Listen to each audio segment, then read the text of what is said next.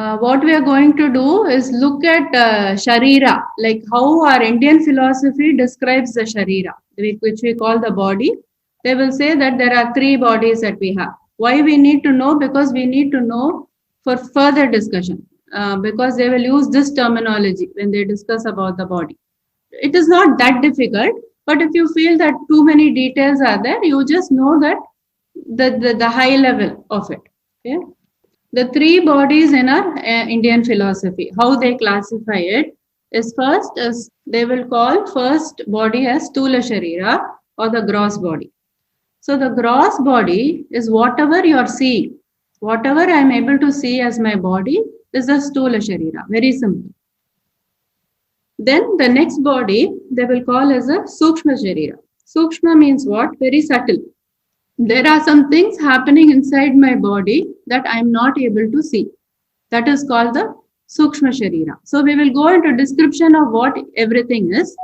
But for now, just know that the things, the processes inside our body, which we are not able to see, is called the Sukshma Sharira, subtle aspects of the body. And the third is the Karana Sharira or the causal body. Okay, what that causal body is, we will see very shortly. So what is this Stula Sharira made of? It is made up of the 5 elements. Meaning what? It is the Prithvi or the earth, Apas water, Agni fire, Vayu air, and Akasha is ether. So what does this mean? That means the food we eat is made of all these 5 elements. And for me to grow and to sustain myself, I'm using all these 5 elements. So my body is essentially, the gross body is essentially made of the 5 elements. And these bodies that I'm talking of, what am I talking of? Is a Sharira, right? Sharira is a body which is Anatma. We are not talking about the Atma, no. We are talking about this Anatma. That is, which is non-eternal aspect of ourselves. So that is what we are talking of. And these 3 layers that are seem to be existing. So after this, what is the Sukshma Sharira made up of? It is made up of 4 components. You call the pranas. Prana itself has got five divisions. Prana is the life energy, the first one. Apana helps in evacuation. That is, you have the air that you have taken in helps you to take it out. Also, the excretion, things like that, it helps in that kind of process. So, what is Samana? It helps in the digestion process. And Udana is reversal, like vomiting, sneezing. So, things like that is the Udana process. And Vyana is the helps in the circulation, like the circulation of blood. These pranas are considered to be subtle elements of the body. Okay, and it is the Sukshma Sharira of the body. Then you have 2 more things, which is known as the Karmendriyas and the Jnanendriyas. So Karmendriyas are what? The organs of action. Here we are not talking the organs themselves. We are talking about the intelligence behind those organs. Okay, just should not confuse yourself that what I see, like suppose I say Pani is the hands, I'm not talking about the physical hands. I'm talking about the intelligence or whatever gives me that movement from inside the body. And Jnanendriyas is the intelligence that is given through these organs. For example, the tongue, it gives me the rasana. So that means the information that is coming from this organ and whatever that part of the body is, that I'm calling the Jnanendriya. So Karmendriyas basically relate to output and Jnanendriyas are input. That is one way to remember them. Is everything is output if you say Karmendriyas, and also known as the organs of action. Jnanendriyas are the organs of input. So you have the Payu, which is excretory. That is all the intelligence behind these organs. Upastha, which is organs of reproduction. Pada, feet or locomotion. Pani is grasping, hands. And Vak is speech. And if you see Jnanendriyas, it is called Grana or the nose. Grana or the nose. Rasana, the tongue. Chakshu, the eye. Twak is the skin. And Shrotra is the ear. So these are the three things in this subtle body. One more thing is there that we already saw in chapter 1, which was the Antakaranas. So we saw the Manas and we saw the functions it's also. So in the previous chapter lectures, you will see that the full explanation of this. So Manas was the mind. So the Buddhi, it helps in the decision making ability. Ahamkara is the ego, is a misconstrued notion of yourself, and you have the chitta, the subconscious mind, where all the thoughts are stored. The previous thoughts are stored, and also whatever is of high intensity gets stored in this chitta, and it can last for many lifetimes because this thoughts stored in the chitta keep coming back and back again and again in different lifetimes. So far, what we have seen, there are three types of shariras. Sharira itself is anatman. The first is the stula sharira, the gross body. It is made up of the 5 elements. And then in the sukshma sharira, we have 4 components: the 5 pranas, the 5 karmendriyas, the 5 jnanendriyas, and the 4 antakarana components. And then you have the karana sharira, or the causal body. So the causal body is what you can never see. The mind you can feel, the pranas also you can kind of feel. All the other subtle elements are even okay, but the karana sharira you can never make out what it is. So karana sharira, here I put ignorance and bliss because there are 2 components in it. To understand very simply, karana sharira is the cause of the sukshma sharira and the stula sharira. How is it so?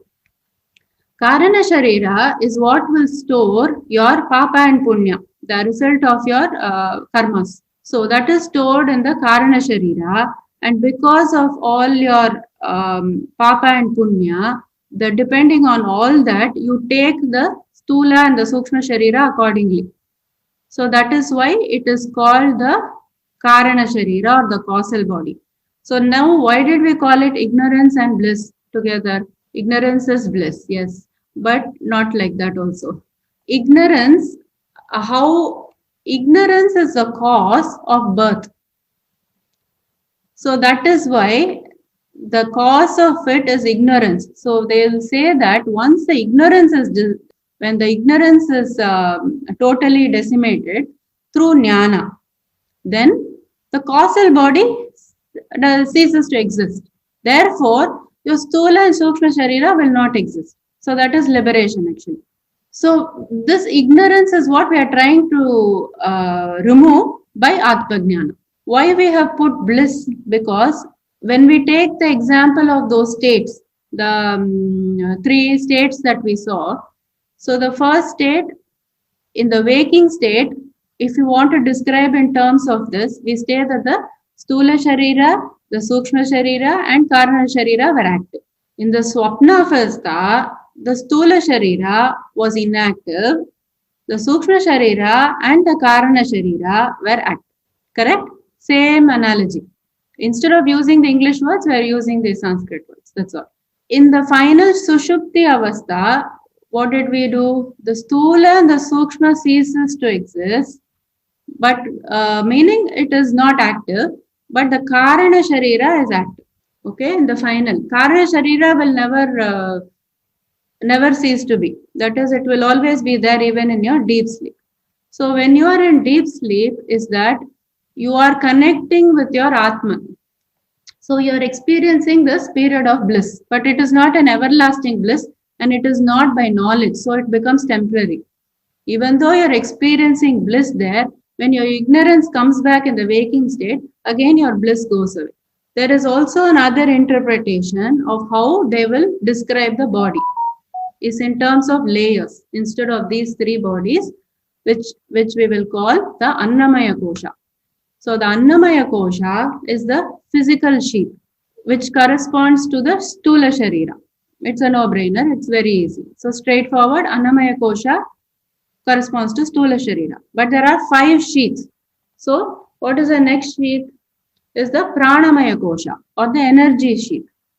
So it corresponds to the pranas, right? And there is one more component. That's fine. But Pranamaya Kosha is basically the energy sheath.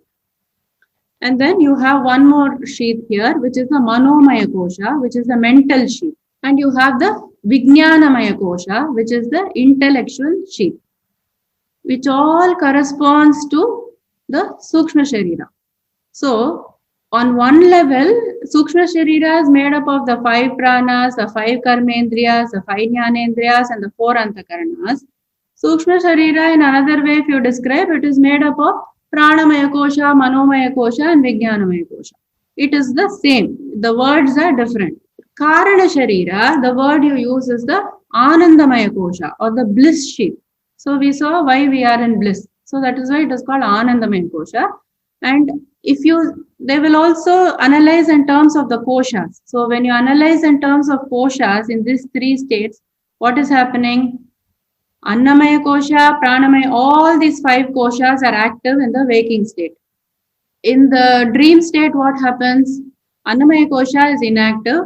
Rest of the 4 koshas are active. In the deep sleep state, only Anandamaya Kosha is active. Because suddenly when they talk about stuff, they will directly relate as Sukshma Sharira. That's why we need to know as these concepts before we move further.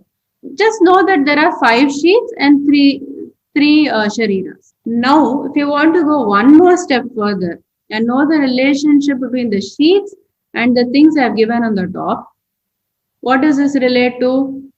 Annamaya Kosha, very easy. The 5 elements, the elements that we talked about. If you take the Pranamaya Kosha, it actually has the 5 pranas plus the 5 karmendriyas. And if you take Manomaya Kosha, it has got the 5 jnanendriyas and they will split the antakarna into 2. The mind and the ahankaram will go to the Manomaya Kosha. And in the Vijnanamaya Kosha, you will have the 5 jnanendriyas and the buddhi and the chitta. So this gets split up.